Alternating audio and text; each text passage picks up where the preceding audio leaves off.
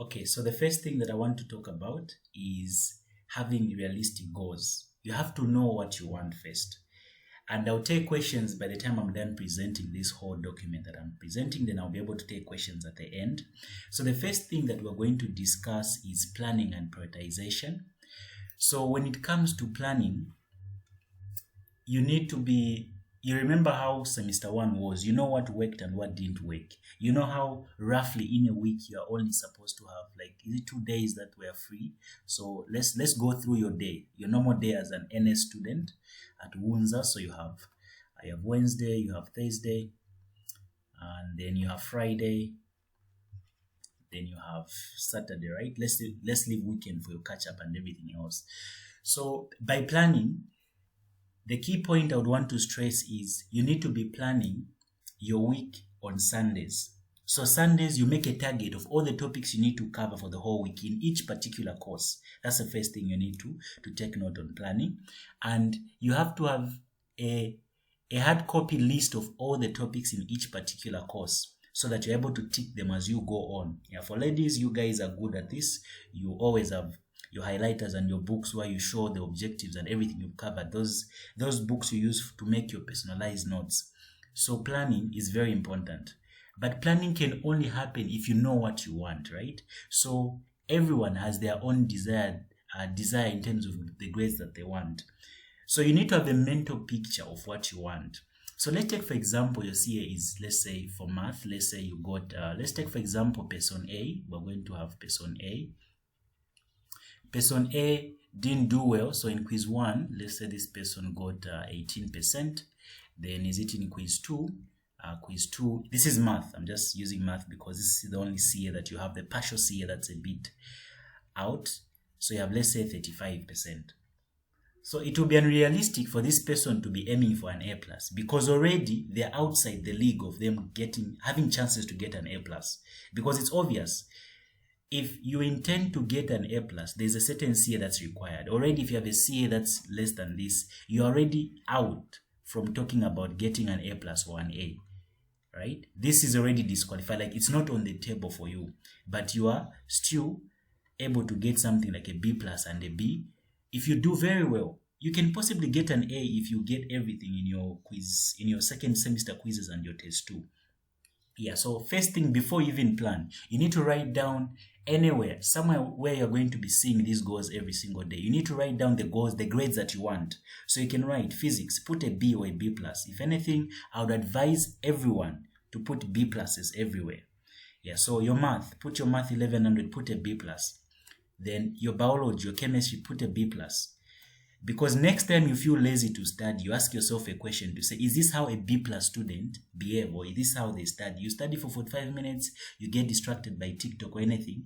You remind yourself, you see the grades, say, this is what I want. With what I'm doing, am I really going to get these grades, or I'm lying to myself? So having an idea of what you desire to get is going to help you prioritize your studying despite how you feel on any particular day, because you know what you want, right? This is just going to act like a roadmap. For you to get a B+, there are certain habits that you need to put in place. There's a certain way that you have to be disciplined when it comes to studying. You won't be behaving the same with someone who just wants to clear with C's in all the courses. The good part about this, there are no disadvantages of aiming too high and then shooting a little bit lower, because the good part about having higher goals is that if you fail to hit these B+, you get something like a B, or rather a C+. Either ways, you are guaranteed to clear because you are working so hard for a B+. So clearing for you is already guaranteed.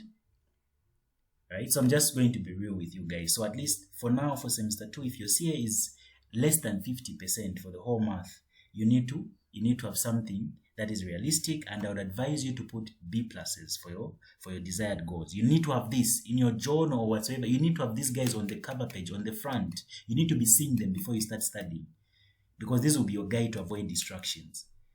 Because the whole plan, what are you planning for if you don't know the destination? What do you want at the end of the day? What are you planning for?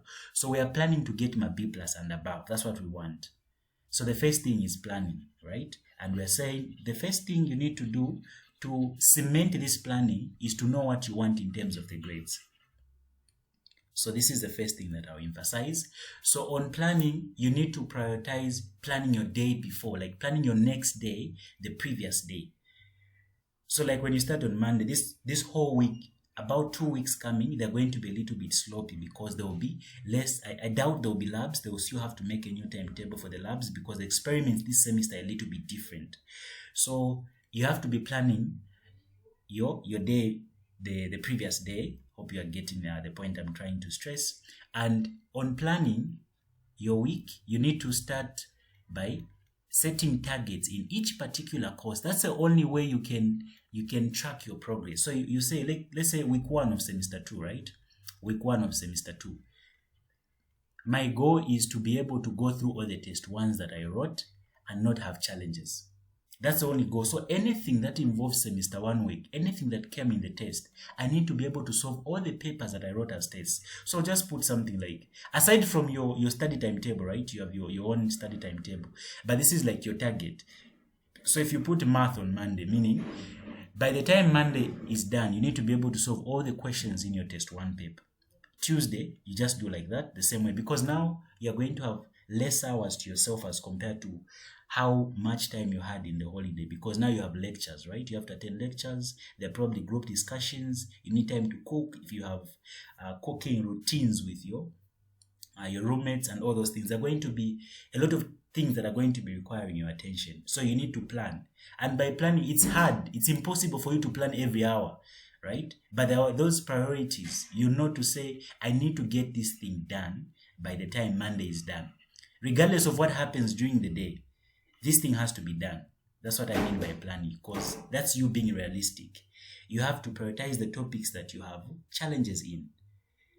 The topics that you're already comfortable with, there are topics like sets. By now, don't even feel low whenever you are unable to answer a question on sets. You've done the basics before. The only thing that you'll need later on is probably few final touches here and there, but you don't have to continuously be doing the same thing over and over. You have to progress. Later on, you're going to do revisions.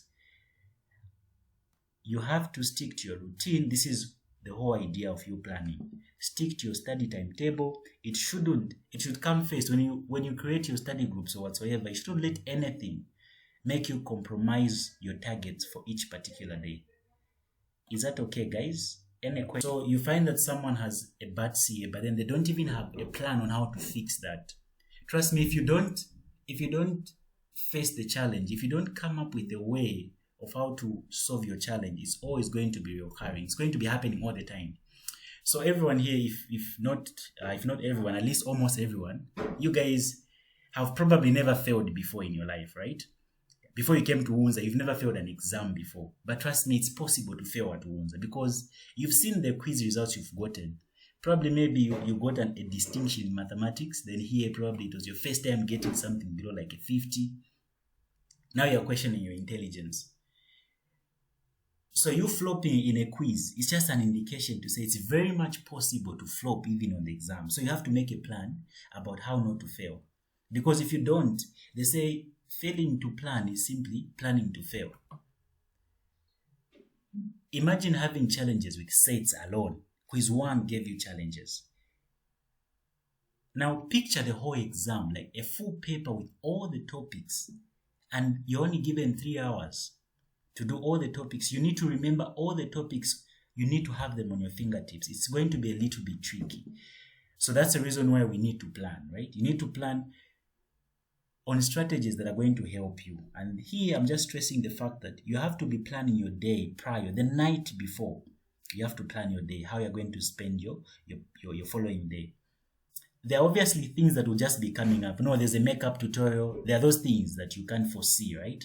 Yeah, no, you've gotten sick. So planning for things like being able to cover something like your test 1 on a Monday makes your planning flexible, because you know to say, despite whatever happens that is beyond my control, by the time my day is done, I should make time or allocate time for me to do the test 1 that I wrote last semester. I shouldn't have any challenges before I even worry about semester 2 topics. And you're only going to focus on things that are giving you challenges so that you perfect them. It will lessen the stress you're going to have when the time for exams come. And you sticking to your schedule won't be making you panic whenever you have a quiz. Let's say there's a random quiz they announced. No, there's a physics quiz tomorrow in our next TG. Then you start panicking. No, because you've been planning. You study physics. You're up to date. So you won't be worried. Yeah, so that's the importance of planning. You won't be caught off guard whenever you are a person who is always organized and you plan. Then the next thing that I want to emphasize is active learning, working through examples and problems, revising the formulas. If possible, write the formulas on plain papers and stick them in your rooms, like next to your bed. You're able to see them. You're chatting with your friends or you're cooking. You're able to see those things, diagrams, carbohydrates, those things. Put them. If you have less time or commitment to draw those things, you can just print them out. Just stick them on the walls, then you'll be able to always remember. If it's identities, trigonometry, formulas from binomial, you can ask me. I send you just a summary, 1 page of everything. That's a summary of any topic. You'll just be able to see the whole particular thing next to your bed. So work through the examples. If you're using Zoom to study, work through the problems and check the answers at the end. Don't feel lazy. You're calculating the pH of weak acids. Work through all the problems. Work through step by step. Never lie to yourself to say I've understood without practicing. You have to solve. That's the only remedy. Because solving or practicing is going to help you to cement the concept, to say no matter how they rephrase the question, I'll always get this concept right because I know what this concept implies. Yeah, so you're not just going to read, but you have to actively work through the examples and problems by writing the important things. Rewriting slides is not studying. You have to be focused. You have to pay attention to what you are summarizing, not just recopying, making a hard copy of whatever notes you are given. Yeah, because it should be easy. There should be a difference between the notes that you are given, the lecture notes, and your personalized notes. Someone looking at your notes should be able to have a clear picture of what the topic is all about. And make sure you make your notes interesting. Use highlighters. For guys, monks, I don't know why, but mostly it's only ladies who make their notes very attractive. Even guys, you can do the same. Use highlighters. Make sure, if possible, please, guys, you get BC. Get a book for each particular course. Don't have a single book for all the courses. It will be confusing when it's time to revise because topics will be jumbled, right? Just make sure you get a book for every single course. And don't hesitate. The last part here on active learning is seek help. Don't hesitate to reach out. Consult with me, your tutors. Identify people who are better than you in your TGs. It's always a best thing to do if you are always interacting with people who are better than you because you're beginning. Imagine you always go to a group discussion. You are the only one who is always offloading. You are not improving. You are not upgrading yourself. You're just making other people benefit, right? You need to associate with people who are also going to be helping you because you need to be challenged. Otherwise, you'll be relaxed. You need to know to say there are people actually better than you, and it's healthy. It's healthy competition. Yeah, so you have to always be seeking help. Sometimes Google, ChatGPT, those guys sometimes perform the trip. Their algorithms. You have to have physical interactions or just get reliable sources. Sometimes AI is not 100% reliable because that's just data that's fed. So it's just going to give you suggestive generated information that it has been fed with. Yeah, so don't hesitate to ask for help. Hope that's okay, guys. And the next thing I really want to discuss is how you are going to be. There's a part I mentioned in the second thing I mentioned, say study tips and time management. So this is just going to be grouped together. So the first thing that I'm going to mention is that everyone knows what type of a learner that they are, right? You know how you understand things best. Now there are some methods that worked at high school that won't be able to work here because here the material is bulky. In as much as there may only be 4 courses, but the content is bulky. You know how when you came, you were so excited to say, only 4 courses, and I had over 8 or 9 subjects in high school, so this is just going to be an easy walk. But then look at what's happening now. It's even hard to manage the stress just between 4 courses. Why? Because the material, the content is just a lot for you to grasp. So for you to be able to be at your best, to maximize your resources, you have to utilize the online resources that you have. So this applies to whether you're a fast learner, you're a slow learner. The first thing I would advise you is that before you study a new particular topic, watch a video on that particular topic that you want to study. Watching a video will give you a highlight of what you are to expect. And when you are done watching the video, now you go to your note. The importance of this, guys, is that you may want to study something by yourself, right? It's okay. Some people learn best by studying, right? But it will take so much time for you to assimilate certain particular information because it's your first time being exposed to such. For example, if you're doing chemical equilibrium, the normal span, if you check your course outline, the whole topic should take you like 3 weeks for you to be able to finish it. But let's say you just come to a tutor, approach me for instance, I can teach you that particular topic in 2 hours max. If you're a slow learner, 1 hour, 30 minutes, right? So I've summarized, I only give you the necessary information because why does it take so much time? Because they'll give you things that are just for your own information, things you need for the exam, things that are going to help you to understand those things for the exams. So they're trying to prolong the whole learning process so that you grasp the whole idea why you are learning the topic. But watching a video, because us guys who produce these videos, we're limited with time. We know to say the attention span of a viewer is going to be limited. There's a limit to the number of hours that we can spend explaining something because we don't want to end up being boring, right? Yeah, so watching a video before you study is always important because you are going to have a highlight of everything that happened. Those who watch series movies, they give you like a trailer. You have like a trailer. You have an idea. That's how you get hooked to go watch a movie by the cinema because you have a highlight. You know what to expect. They give you those good scenes, right? So that's how a video is going to be at first time, the first time you see it. Because you are not familiar with the information. Then you go to the notes now. Summarize notes. You can always be asking me to send you the notes that you need. Straightforward notes. Just things that will tell you what you need to know. Removing all the relevant things. After you are done studying, you go again to that same particular video. Now you relate with what the person was tutoring or explaining in the video. That's one of the best ways that I discovered that you can be learning something that's new. At some point in semester 2, you actually realize that going for lectures is actually useless because you just be going there to waste time. Some things, those guys take a lot of time. They're old people, they're old folks, they're tired. And they're given limited time to explain hard things or things that need a lot of attention for them to explain.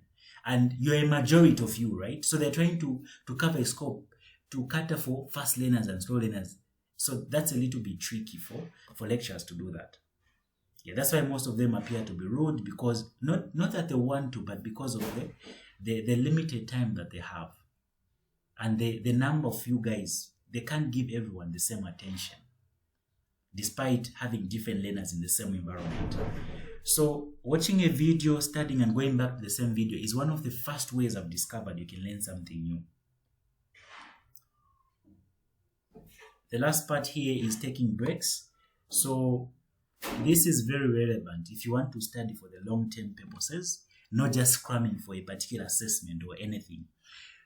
Taking breaks is important. You hear people say, I've been studying for 4 hours. They were not studying for 4 hours straight. They were taking breaks in between. That's called the Pomodoro effect or the Pomodoro study way method. So you take as much breaks as possible. The whole idea is for you to master everything you're studying, making sure that you never go back again. The next time you see those things is when you're solving tutorial sheets or exam papers. That's the whole idea. And you have to get as enough sleep as possible. Sufficient sleep is very, very important for you to have a good coordination mentally, for you to remember everything, because the brain does the chewing of the information you take during the day when you're asleep. That's when it packages it, right? It packages all the information that you are assimilating during the day. So a quick run through. First of all, be careful with your time and your energy. Be very, very selfish when it comes to your time. No unnecessary movements. Only move when it's necessary. Don't watch things aimlessly on social media. Make sure if you don't have a laptop, you're using your phone, make sure you avoid distractions by putting it on airplane mode after you've gotten all the materials. Download your YouTube videos in advance. You can save them in advance so that you save on your bundles. No notifications whatsoever. Only turn on your data. If you're using your phone, turn on your data when you want to research about something or you're on your break. But make sure your break won't take much of your time. you have to be conscious of what you are doing. To say, oh, my break is just 15 minutes. That's how you build the discipline. It will be hard at first, but then you build it over time. You get used. This all just comes back to the grades that you want at the end of the day. This whole process, you making all these sacrifices, is going to be very much easy when, one, you know the grades that you want. Two, you know how you want to make your guardians, your sponsors very proud. You know how much effort they're putting in, the resources they're putting in. So unless if there are any questions, guys, here now, let me take questions. Let's talk now. What challenges do you guys face? So let me try to answer and take some questions. Catherine, Anna, Suilanji, John, what questions do you guys have?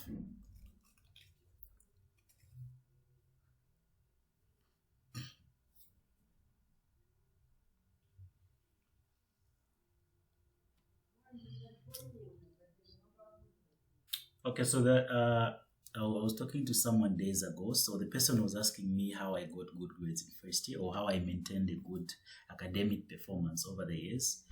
And I told the person I used to crack at least 3 nights in a week, the time I was a student.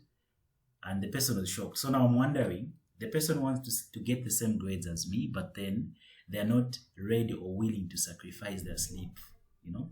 Because you guys will have enough sleep, plenty of sleep when the holiday comes. You'll be missing this stress. You remember these words. You will miss this stress, this whole pressure of exams, everything, quizzes. December, January, that whole period, the whole 2 months you'll be home. You'll be missing all this stress. So you have to enjoy the pressure, you know.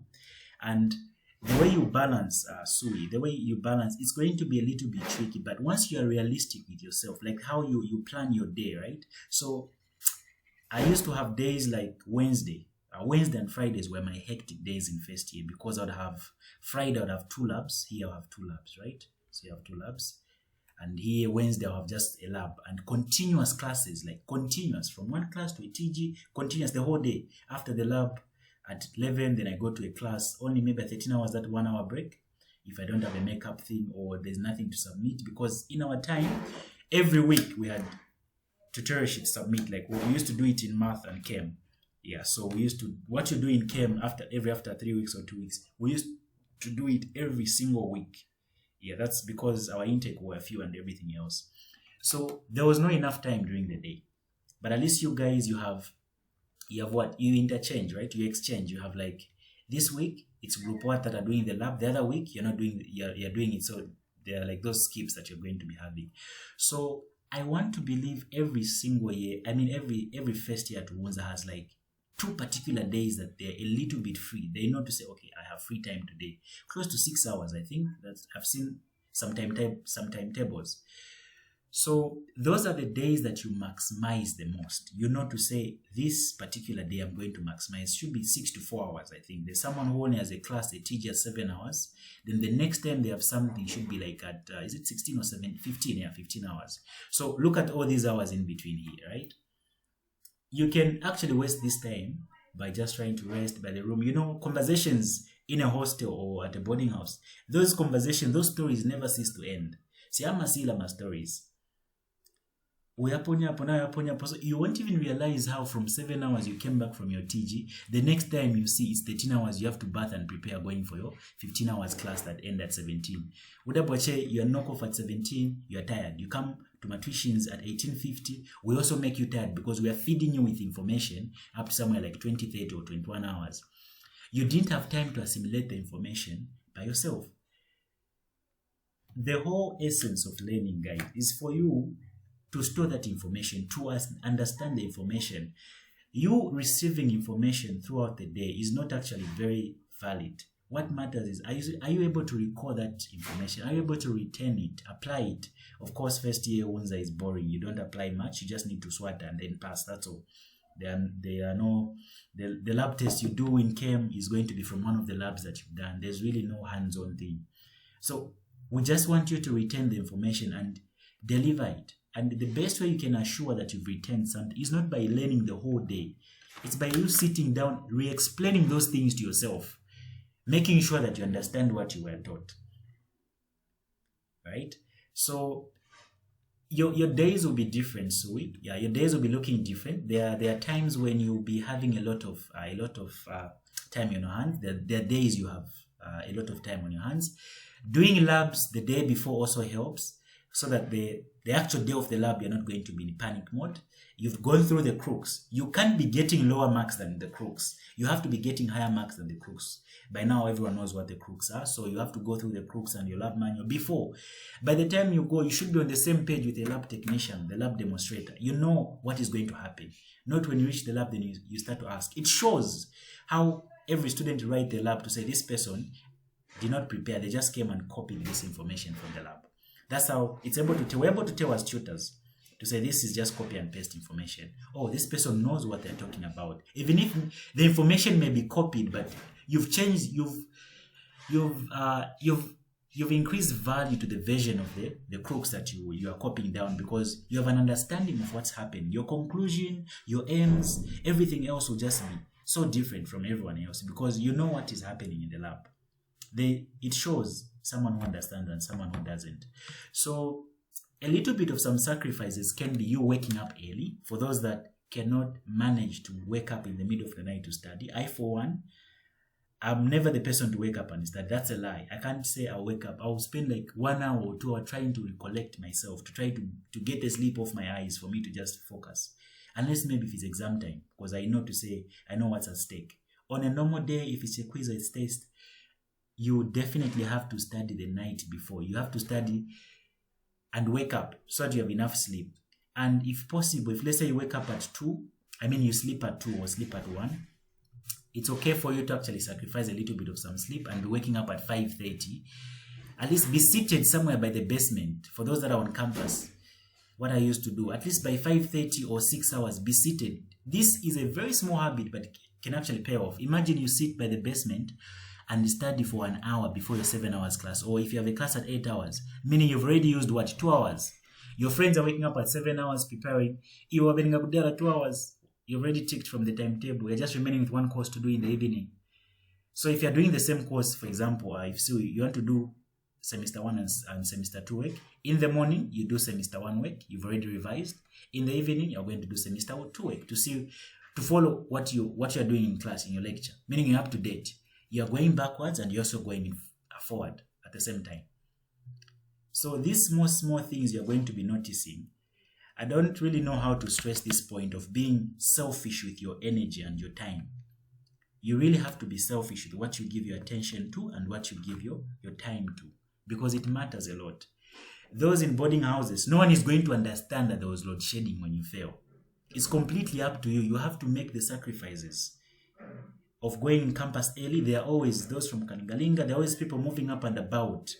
People walk in groups to campus at 4. I've seen people going to campus at 4, coming back at 23 because we're trying to use the library services, because they know there's no power here. You can't be rushing coming to a boarding house when your CA is bad and you want to come sleep and cook. You have to make the necessary sacrifices. When you get your allowances, your book allowances, get all the necessary materials you need, the books, the folders you need, proper folders, arrange your tutorial sheets, be ticking them. Those doing Math 1100, make sure by now you start writing your solutions in a hardcover book, because anytime soon they'll ask you to submit all the tutorial sheets. You need to solve all of them, every single question, and submit them. They will say it's going to be part of the CA. It will probably supplement your clinics that you are supposed to have. It depends, but they've been doing that for the past 3 years now, so they may do it again this year. Yeah, so unless if there are any other questions, guys, I feel like I've exhausted everything I needed to say. Yes.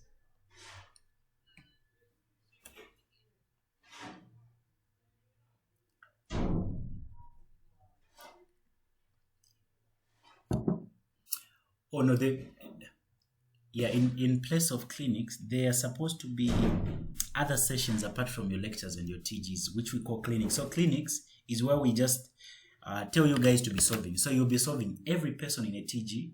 You'll be solving in front. Then they mark you according to the question you get right. They put on a register. They put your tutor grades you according to how you explain something in front. But those things have not been happening. So what's been happening in place of that is that they've been requesting everyone submits the tutorial sheet solutions just before the exam, like a month before exam. You have to put your solutions either on plain papers, then you step everything, but they prefer hardcover book, the same way you do in Chem. they'll tell you to do the same for math as well. You put all the solutions in a hardcover book, write your details, and then submit.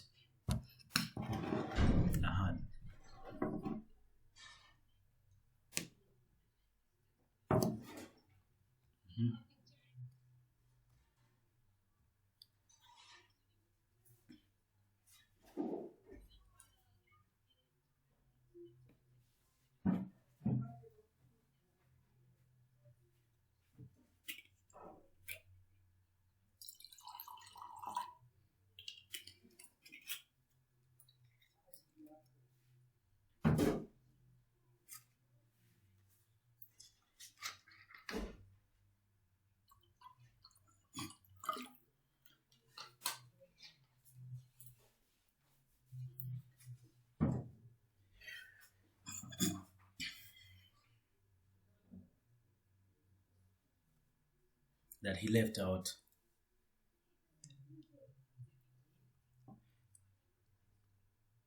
Oh yes, yeah, and mostly I suppose most people get lost, especially if you're really behind. So the best option there, obviously you can't change the lecture. Unless if you change your lecture, you'll be attending your friend's lecture group or something. But then you've been in this group, so you know how he teaches. You have your friends there, so it's obviously hard for you to do that. So the best option you can do is to try to be ahead, because if you're ahead, he'll be like another TG, because that's what he does is what is supposed to happen in a TG, because a TG you need to be a little bit ahead as compared to a lecture. That's a whole setup. That's the initial design, how it was supposed to be. When you learn something in your lecture, you go solve the questions, tutorial. Then when you come back, just like that. So at least you have a few days to catch up, so to say, and to at least be 2 topics ahead. Then you'll be safe. Because if you're 2 topics ahead, meaning he'll be 1 topic behind you, meaning you're ahead, right, by 2 topics. Yeah, so whenever you go to a lecture, it's like he's just going to be helping you revise. You already know the theory, because you'll be ahead in terms of theory. You've already studied. So when you go to your class, meaning everything is going to be saying, he's more like now giving you examples from something that you've already studied. I don't know if that makes sense. Okay, like the previous class you had, what topic was he solving? Rotational motion. Okay, so I suppose that's the first part. Was there a talk or anything?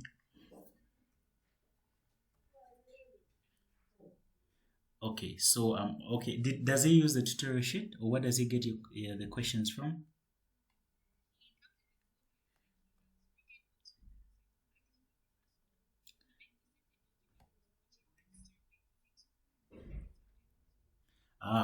Okay, yeah. Because if it's Sewe, meaning if he just uses those examples, and yeah, the way Sewe is designed, it's just like Shoms. No wonder people will use Shoms like Sewe, because Sewe is a little bit direct to the point. He's different from Bucci, the other guy that we like, because Sewe goes direct. Then he has a lot of examples and questions. Maybe not a lecturer assumes that you guys, lecturing is different from teaching. So lecturing initially is just supposed to be like a guide. Yeah, you'll actually be shocked that he's better than how your seniors learn. For us, seniors, higher grades, higher levels, higher years, they don't actually do much. Yeah, they will just actually ask you. They'll be just having conversations with you. That's how my learning was when I was in my final year. They'll assume that you've already done your research, you've studied, So lecturing is just like a guidance.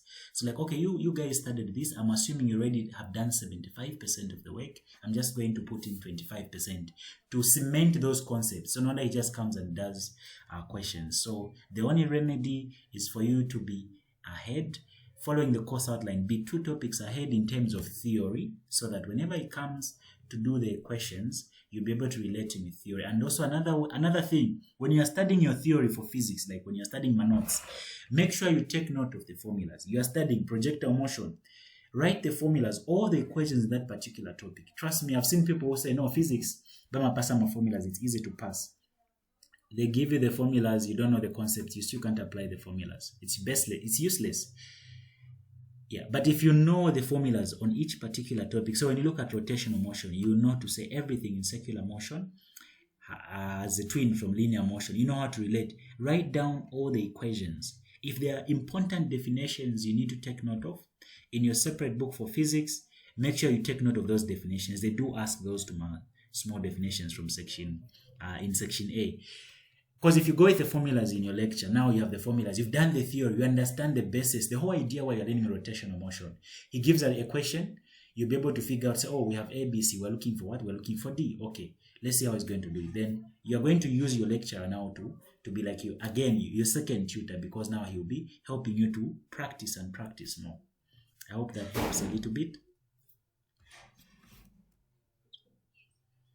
Okay, so we'll see how that works out. Then give me feedback at least a week or two after you start learning. If it doesn't work out, we can figure out something that can suit, your learning or something. Yeah. How many hours do you need to sleep? To be honest, the way things are, to be honest with you, they say what I believe in, 5 hours is enough adequate sleep for someone to study. But then again, it goes back to the grades. What do you want, right? You just want to clear. If you just want to clear, I can give you a simple basic. Do the bare minimum that everyone else who wants to clear does. You can actually sleep for 8 hours. No offense. But if you sleep for 5 hours, let's say from Monday to Friday, you can do the compensation over the weekend and sleep more to cover for these 2 or 3 hours that you're missing out. Because why? You were productive in the course of the week. Why not reward yourself with a good sleep over the weekend, right? Yeah. So there are those most first years, go to church, you have other commitments over the weekend, you don't practice, you're not an usher, you don't do anything at church, you're just a church goer, come out. For those who are church dropouts, you can actually use that time to rest. Yeah, I'm not judging. You can use that time to actually sleep over the weekend.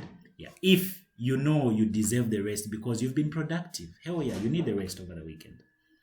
Yeah, so 5 hours is enough. It's adequate. If you can make it 5 to 6, maximum should be 7 with everyone's CA. Unless if you got 90 and above in your quiz 2, yeah, then you're safe. You can sleep for 8 hours. It's okay. But if your CA is below 50, you got below 50, no, you don't deserve the luxury to sleep over 7 hours. No, this is enough, right? Because this is also important because you have to be awake.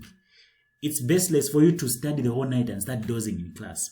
It will be a little bit tricky if this is going to be your first attempt to do this because your brain is not used. It takes like over 20 or 14 days, 21 days, 14 days to build a habit. So the first 2 weeks are going to be a little bit tricky. You will be dozing. Most assuredly, you'll be dozing during the day. But it's cool because you've been productive in the night. But over time, you'll get used and your brain will just adjust. So, okay, this is adapt. I have to adapt. This is what is being served to me. So I have to be resting in this given time. So 5 to 6 is very much health. It's healthy. It's advisable, yeah? Yeah. There are people who do 3, but I wouldn't advise that unless if you're aiming for my A+ or something. Yeah, you can do that. Like what I was saying earlier on my end, I would sacrifice Sunday. So Sunday, I would crack the night into Monday. Then I'll sleep obviously on Monday.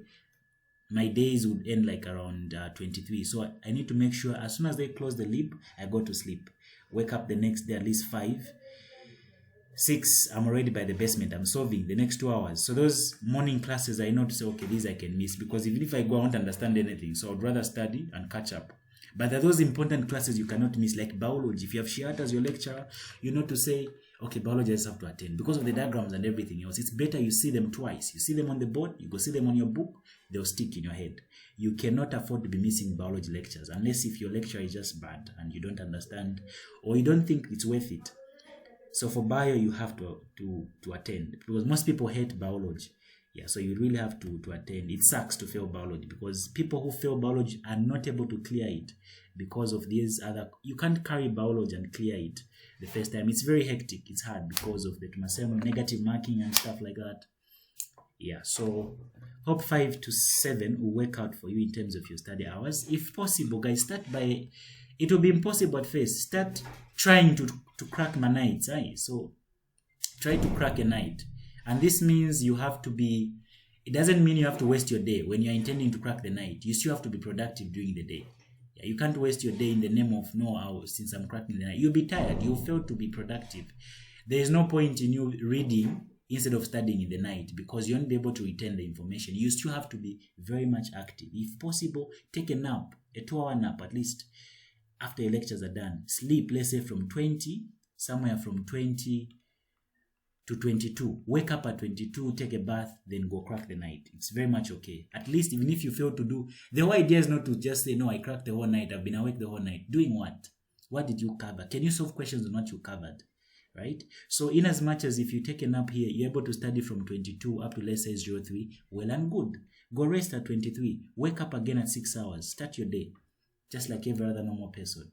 What matters is, are you covering the target that you want? So, hoping everyone here doing Math 1100, by the time this week is done, hope everyone is now comfortable with binomial. This will put you ahead, right? And logs, if you've already started logs, at least by now, no one should be talking, I'm still doing binomial. Everyone should be done with this guy, including the tutorial sheet. Every single question on the tutorial sheet, you had enough time to go through that. Those doing Math 1120, make sure you're done with Trig, because quiz 3 is coming and it's just going to be based on these two topics. Yeah, so you just have to find creative ways and means for you to have enough time to yourself.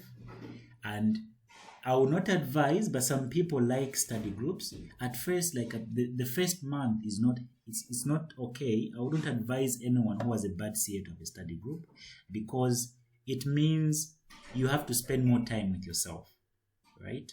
You have to improve yourself first before you can become useful to your group study mates, or they'll understand. It's not a forceful thing. No one puts a gun on your head and says, come to your group discussion. No. Don't act out of emotions. Or be realistic. Be real to yourself to say, no, I need to do this first by myself. Then I'll come to the group study when you guys are doing something that I need to learn something new. Yeah, that's the way you can make the best out of group discussions. If you really want them to be useful to you, yeah, you have to be realistic. Any other questions, guys? Anna, is this okay?